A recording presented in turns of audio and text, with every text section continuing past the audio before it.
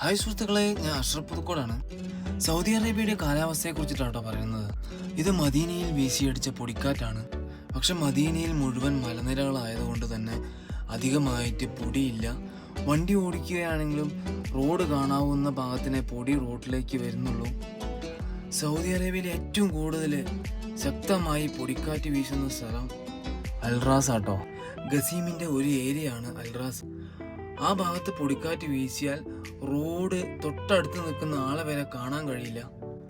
പൊടിക്കാറ്റിന് തൊട്ട് പിന്നാലെ ചെറിയൊരു ചാറ്റൽ മഴയെ കൂടി പ്രതീക്ഷിക്കാവുന്നതാണ്.